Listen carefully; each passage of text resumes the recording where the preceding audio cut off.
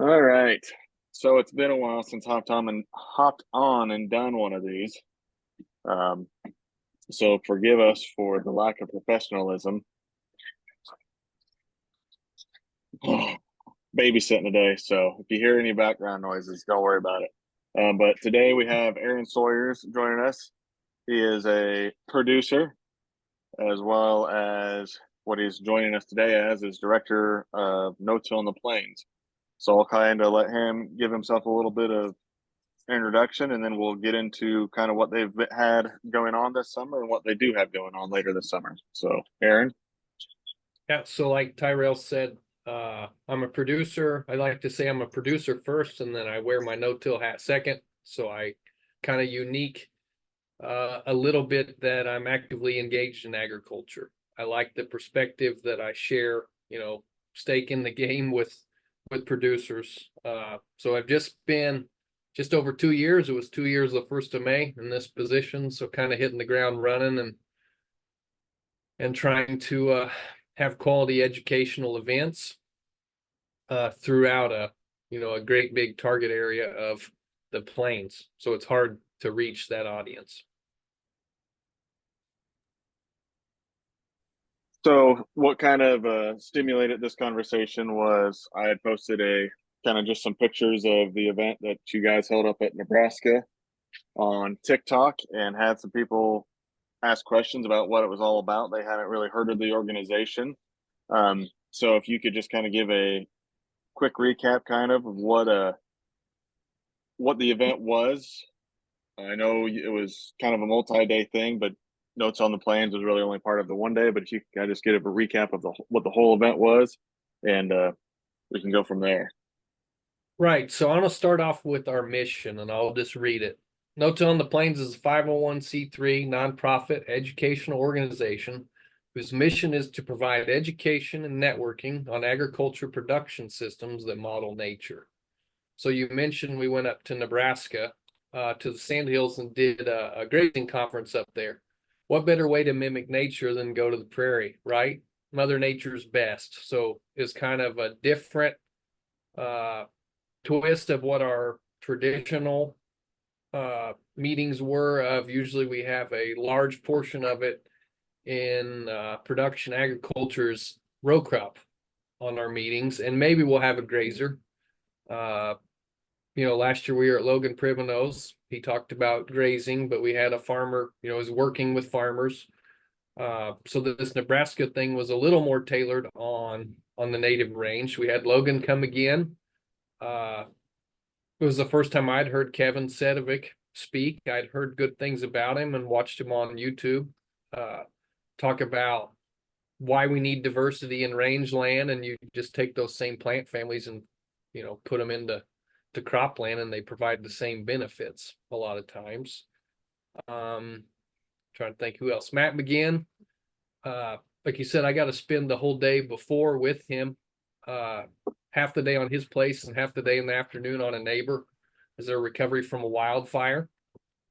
And then I think the other speaker was Jeff Nichols, shared about NRCS programs, maybe to help some guys that are wanting to transition into more soil health on rangeland. A lot of the programs we hear about are promoter for cover crops or things like that. Jeff went into a little bit more of the grazing lands opportunities there. So this was the second event that you've done in Nebraska as far as a kind of a grazing or rangeland focused type event, and kind of like you said, it's definitely been more of a farmer. I don't even know the right way to look at it, but like you said, a cash crop focused organization as far as the producers trying to reach. But without a doubt, at least since I have been going in the last 3 years to Winter Conference, there's always been people there, grazers. I don't know if there's was. I think Logan might have been the first specifically, which even Logan isn't just specifically a grazer by any means. He'll tell you that he's more of a farmer than he is a cowboy personally. Um, but so I guess kind of why why the emphasis on Nebraska? What's the as far as location wise for doing these events? Is it just trying to broaden the presence of Nota on the plains, or just reach new producers, or just uh, made some different Yeah, connections up there?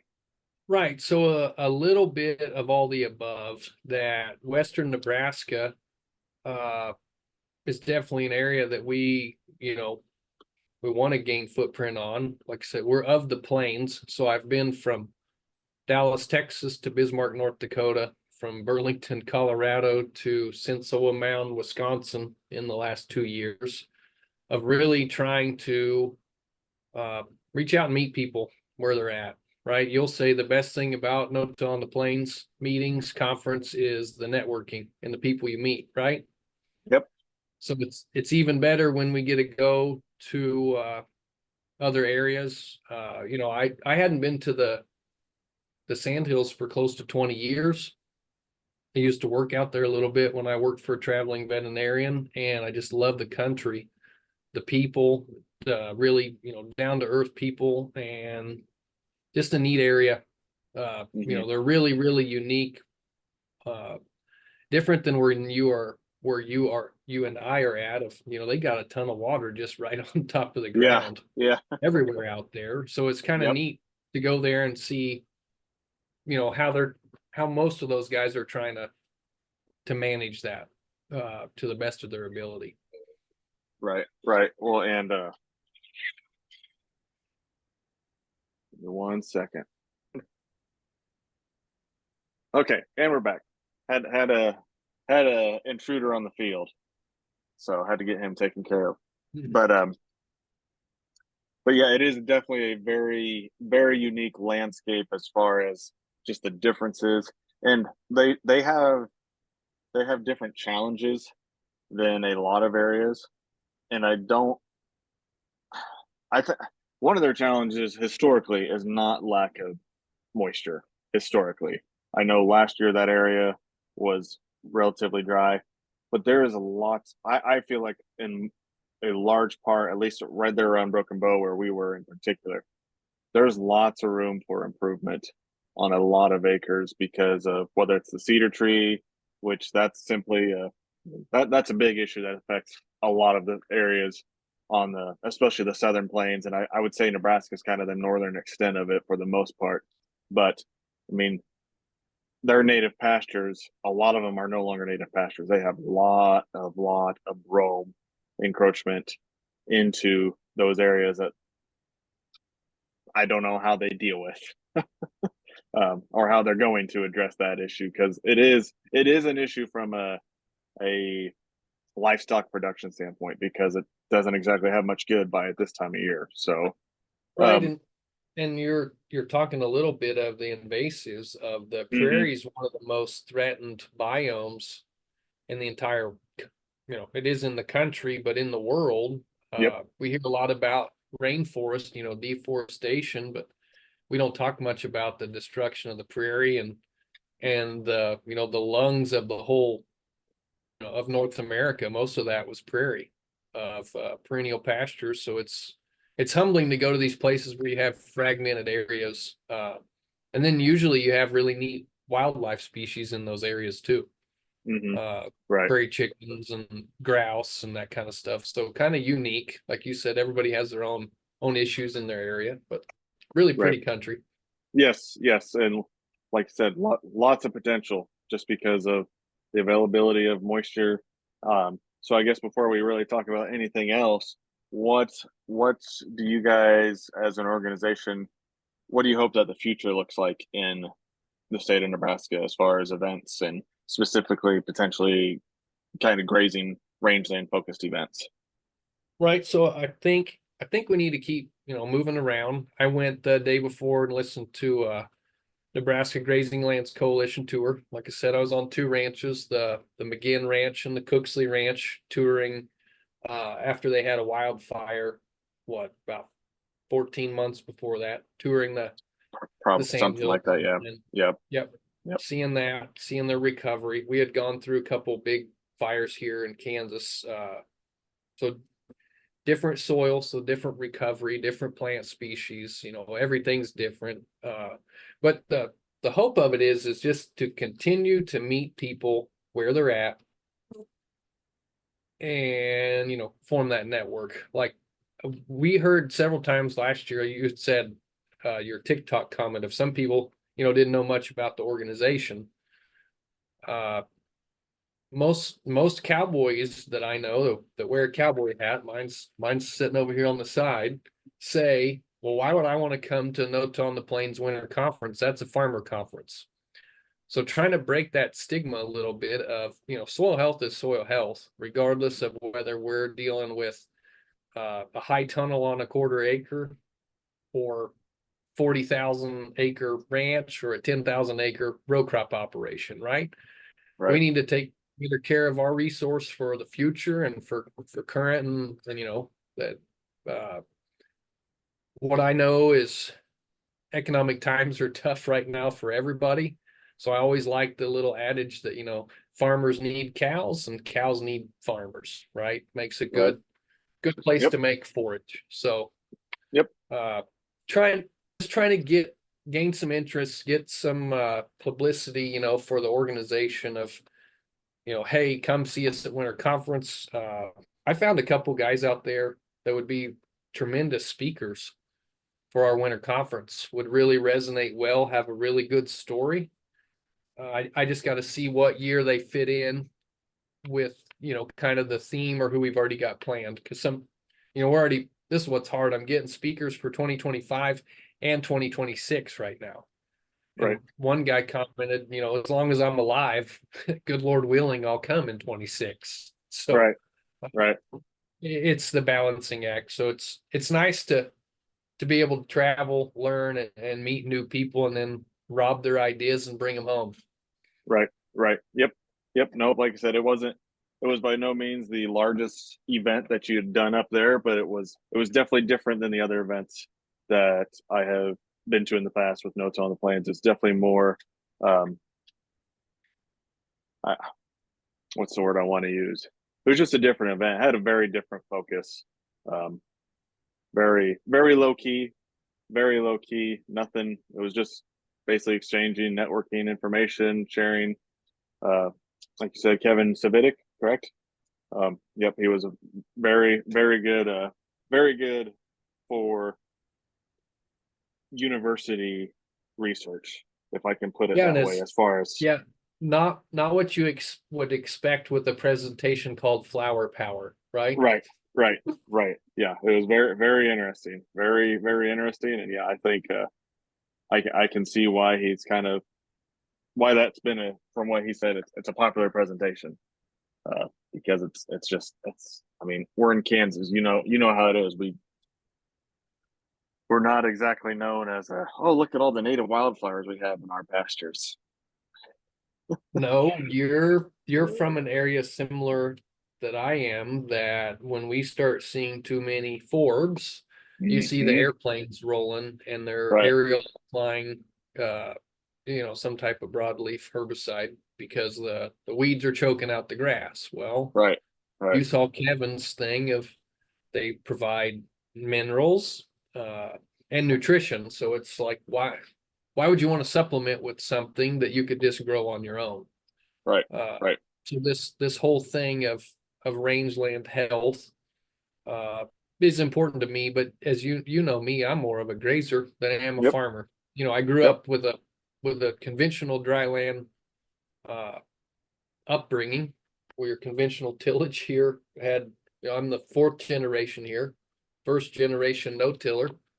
Uh, so it's in the last 20 years, my whole paradigm's changed completely of right, everything I've right, known right, fast. Like I never thought I could say 20 years ago, but I can. right, right. Well, and it's not ill if you are a like many producers who are a especially in Kansas at least not as many as there once was, but still quite a few producers who are both livestock and farming. If you have those forbs, those weeds, whatever you want to call them, most of those forbs produce a flower which attract beneficial insects, generally predator insects that can, as Logan Trevino has said both times that I've listened to him speak, uh, has a positive impact on your cropland because you're hosting predators, and then you don't have to go spray for pests, and whether it's your corn or your wheat or your milo, whatever crop it is, it's there. You don't have to spend no money on it. I mean, it's there. You just manage it with your livestock. So Yeah, and last time I paid to spray aphids and Milo would have been 2012, 2013, somewhere in there. It's 26 or $27 an acre, right, area applied, and it was, I was a small guy, I was late on the list. It rained, it was windy, all this. By the time they yep, got around to it, they had already damaged it so much it wasn't worth doing. But we did right, it right, because we right. had to. Yep, yep, yep. Nope. So well, if I think we got the Nebraska event kind of covered. Um, so what else you guys got going on this summer? I know you got a We bus got tour. That the that bus that's the big tour. one, and then you got something else. But let's talk about the bus tour first. So Yeah, we got the bus tour. So my first year, 2022, I started in May and got gifted a bus tour that, Mike McDonald and Paul Yassa had done the legwork of getting most of the sites laid down ahead of me. And then all I had to do was call the motel, set up lodging, and make sure, double check we had lunches and this and that. And you were on that tour.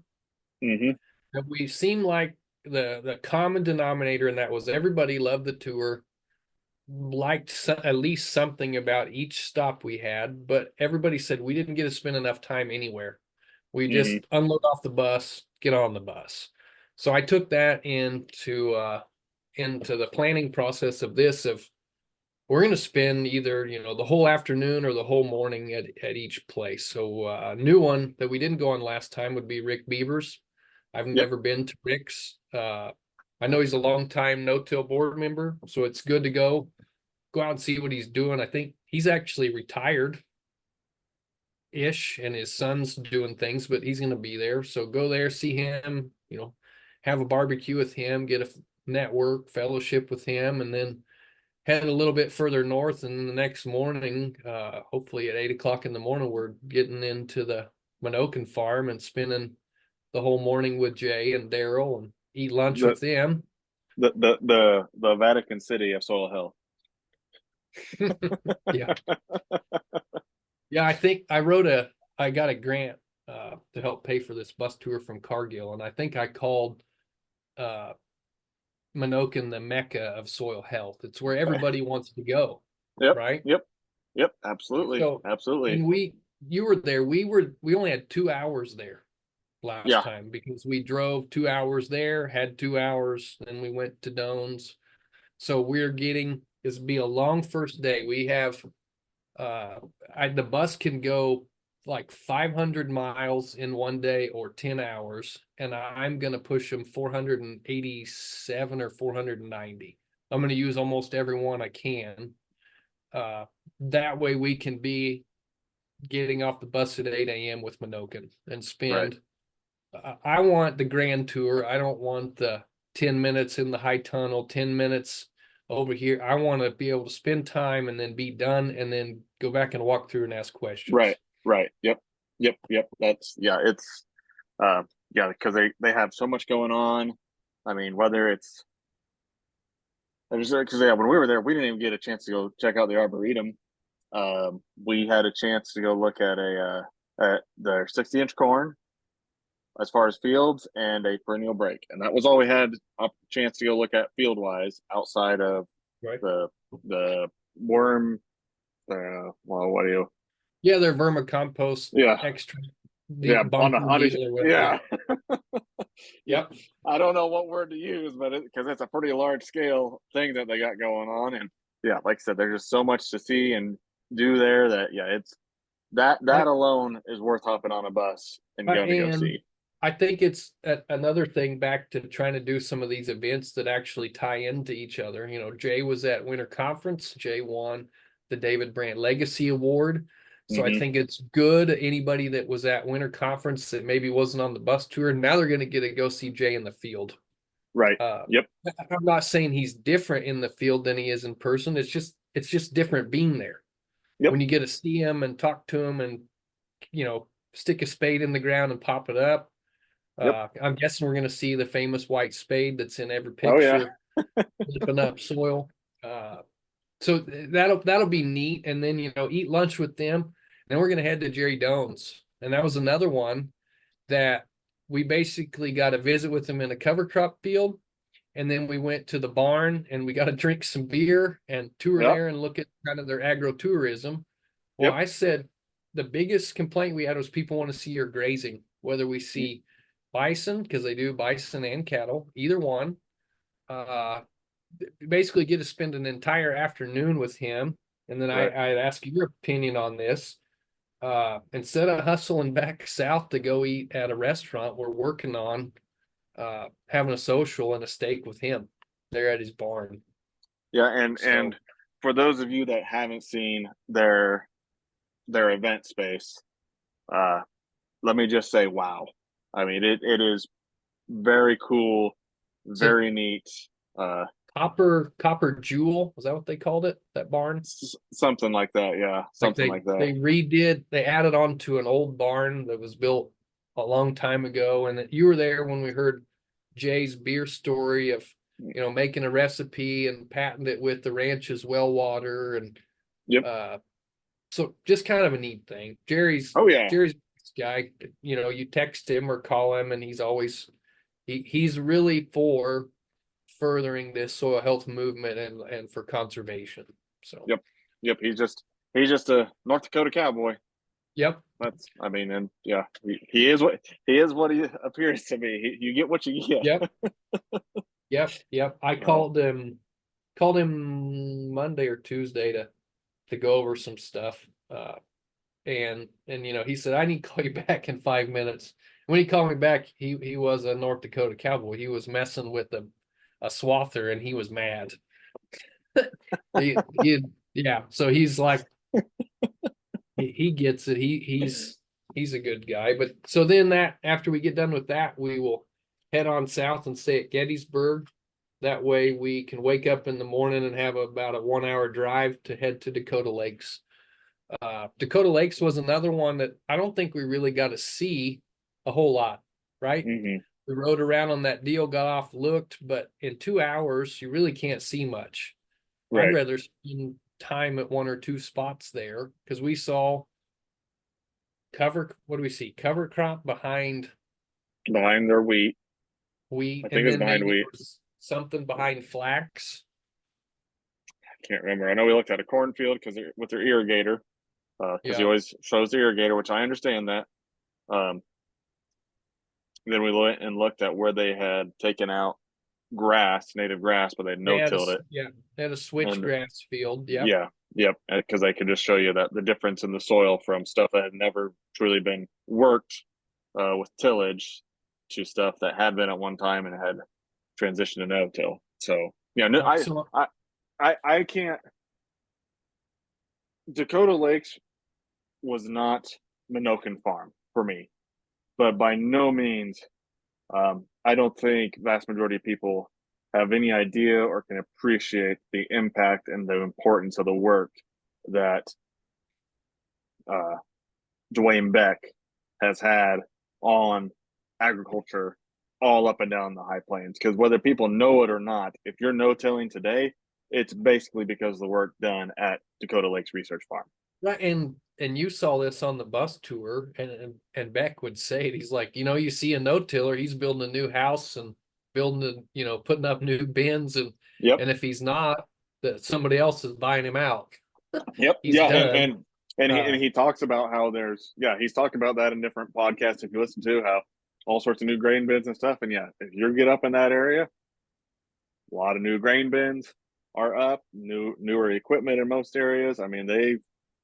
It is true. Like you don't see hardly any tillage in that central corridor from basically probably a little bit south of Dakota Lakes all the way to Bismarck. Right, which was crazy. Where you're at, I drive by all the time when I'm heading to. Seems like I spend a lot of time in Nebraska. There's a Mm-hmm. big emphasis in Nebraska, or just heading to northern Kansas. That from me to you, there's a lot more tillage than there was 10 years ago. Hmm. And then going to the Dakotas and seeing, like you said, back into other soil health, leads Hmm. of just the foothold that took there, Yep. just the change. Yep. So it's neat to see. Yeah. Yep. Yep. Absolutely. Absolutely. No, it'll be anyone who's watching this. I'm telling you, if you haven't registered yet, get registered for the bus tour. Uh, Spaces are filling up. Yeah, and If I do have a few scholarships left for that, historically underserved audience. That is a big audience. That doesn't just mean certain things. So if you have a question of if you qualify or something, reach out to me. Be glad to I, answer. I think if you're not no-tilling, you're an underserved audience at this point. Yeah. I mean, if you go on the bus tour and you have an open mind, you gotta be willing to just sit there and listen. Don't worry about the fine details. Don't worry about what the species are in the cover crops. Don't worry about the what they're planting behind this or behind that or the equipment necessarily. Just have an open mind and listen to the way they think and their process of how they're thinking, because that's what it's all about. Because from me to a neighbor 30 miles away, we aren't going to farm the same. We might manage the same. We might use the same tools to make management decisions, but those decisions are going to be different.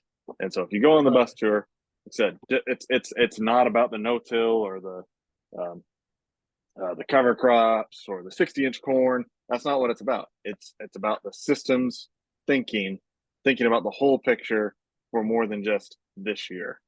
Right. And like this year, I know, some of the people that have registered, I have a Nuffield scholarship lady that's signed up that's over Mm-hmm. here. And I also have basically a market gardener of a couple acres that's wanting Right. to ramp up business uh, to make a living out of just growing produce. And I'm like, this is awesome. We're going to have Yeah. and we have got, the traditional bigger farmers and Yep. that have probably been on the tour before, but it's nice to just that diversity of the backgrounds and what people are doing really brings a lot to the network. Yep. Uh, and that's why, like I said, if you're a row crop farmer and that's all you do, Dakota Lakes is probably going to hit you harder than Minokan, Right. right? Right. Yep. If you're a little more diversified, Minokan might be more up your alley just because of what you're comfortable with. Right. Yep. Yep. Nope. Like I said, I I really wish I could make it, but we got our own thing going on. So and when But we you got scheduled me, it first, we scheduled it yeah, first. yeah. Mine got moved up a, a little bit. We were supposed to go to we're gonna leave northeast Kansas from Kansas City, go up through Missouri and Iowa and make a loop there and come back through southwest Nebraska, not southwest, southeast Nebraska. And that's right at the Iowa State Fair time. And it just two of my big spots, big stops said, no, we can't do this. So we pivoted from there and went back to, I guess, Old Faithful, the Dakotas. Yeah. Well, So, there you go. and There you go. I already have people telling me, hey, we can't go this year. We want to go next year. I'm like, Right. well, it's hard. I mean, you start raising money and the grants help, but sponsorship, got to get, we can't do anything good without sponsors. Nope. Nope. Uh, you Yep. know, Green Cover and Exacta have been our top level sponsors at our winter conference, so it's been good. When you do that, you're a sponsor of everything we do. So we try to be good stewards of that money and Right. do quality education. Right. Right. Well, like I said, I definitely think that there's demand. I think there's always going to be demand to go north, just because the Dakotas have always the Dakotas have kind of been ahead of the curve, just as a organization wise. I mean, No Till in the Plains is basically a Kansas organization. I mean, or it started by mostly Kansas farmers, Kansas producers for the most part, and it's been around, what's it, 29th Winter Conference This will next year. be the 29th winter conference, but they were organized somewhere in the 90s as the whatever something Kansas Residue Alliance for a while. Gotcha. Gotcha. Yeah. But as far as just on the ground examples, yeah, the Dakotas, for whatever reason, why it, I don't know, something in the drinking water up there, or maybe it's a lack of drinking water and some, but Right. oh, I think we have, Got you another guest. slept? Yeah, I got another guest. Oh, well, let me take this off real quick. We're about done anyways. After the Dakota Lakes up in September, why don't you share what that's going to be just real quick?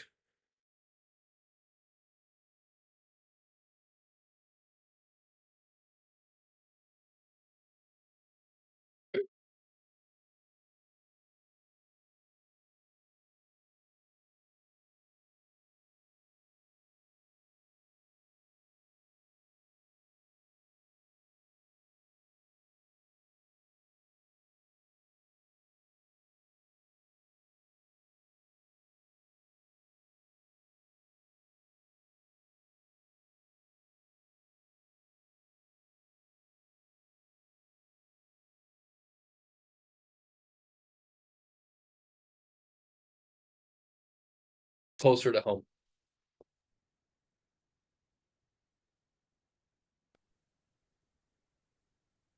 Can you hear me now? Yeah, I could hear you. Oh, I couldn't hear you. Now I can You hear can you. hear me talking? I couldn't. That's all right. That's what we're Okay, then I'll say it again then. okay. Yeah, just to be So, safe. go to Keith Thompson's to do a field day on soybeans and a soil health system. We know when soybeans are done, there's usually not a lot left of residue. So seeing guys doing this in covers and planting green is kind of a unique deal. We did one similar to this outline last year in Missouri. They're north of Joplin at Macaulay Kincaid's place. Went over really well, really practical, just all in the field, no classroom session at all. So we're going to kind of do that again. Gotcha. Gotcha. And yeah, um, that's an issue that talking with Jay, as far as it's going to start becoming known as a soybean issue. Um, and it's spreading. It's and it if guys don't start realizing it, it's going to snowball and it's going to become a bigger issue than guys realize. I think in the Dakotas they're kind of starting to figure it out. But I don't know that there's a lot of guys around here that have figured it out yet, as far as maybe growing as many acres of soybeans ain't such a good idea. So. Yeah, I don't. Yeah, every crop has its place in our rotation, but I remember somebody at the field day last year in Missouri asked, Doug Peterson was our talker of the day, Doug and Candy, and they said, so just to be blunt, the only reason we plant soybeans is for cash flow. Yeah, yeah, Like they're just they definitely take different management and all of those, at Winter Conference, we had camelina people there, and I know some people planted some camelina. So there's some things like that, or canola just a little east of me. I mean, there's people trying different broadleaves. It's just and, trying to figure out the and markets and how they work and well, and all that. it's not that soybean is any worse than any other broadleaf crop. Nope. It's that we have soybeans on more acres than we really should have for year after year after year. It's all broadleaf crops are low in carbon. All broadleaf crops pretty much don't leave enough residue, other than maybe something like flax. That's a unique plant. But yeah, it's not that soybeans are evil. Soybeans, if they fit in areas, they fit in rotations. We got to balance the cash flow needs, which I understand when they're $10 a bushel, and if you can grow 40 to 60 bushel beans, yeah, that pencils out pretty darn good, I'm sure. But just from a healthy soil standpoint, being responsible stewards of our resources, soybeans, like I said, they got to be done responsibly. So, Right, and it's trying to figure out the balance of paying the bills this year to, to be able to have a resource that can pay the bills in the future. right. That's like, like Logan, last year, his field day there at Imperial had said, they won the Leopold Award in 2022 in the drought. They come out, take videos and all this, and he's like, the ranch doesn't look like it usually does, but we're in drought. It looks okay. And he's like, everything we do is for the ecological deal of, perpetuating the ranch and the health, but all this has to make economic sense Yep. or we're out of business. So that's the thing of when you look at the grain markets right now, soybeans is one of the few that pencils for some guys. Yep. Uh, yeah, I don't know. I just got done planting milo, and as a grain crop, it doesn't pencil for me with my low production chance. But as a grazing crop, it has tremendous value for me. So it's just Right. everybody's context is a little different.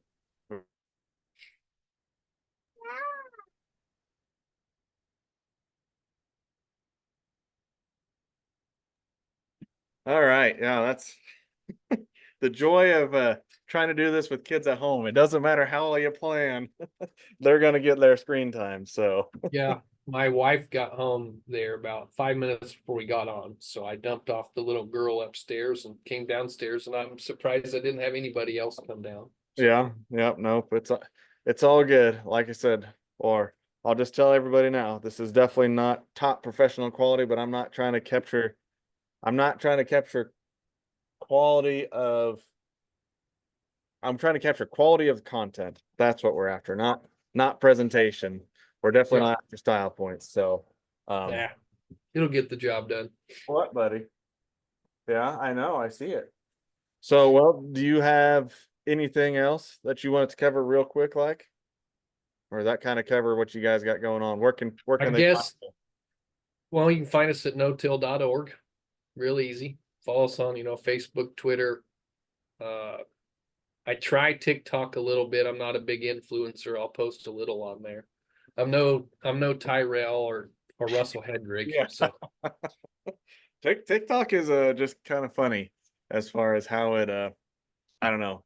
One time you'll post something, it'll get 20 views, and the next time will be this was no different than what I posted, and now it's got 100 views. And I don't yeah, yeah, so well, nope.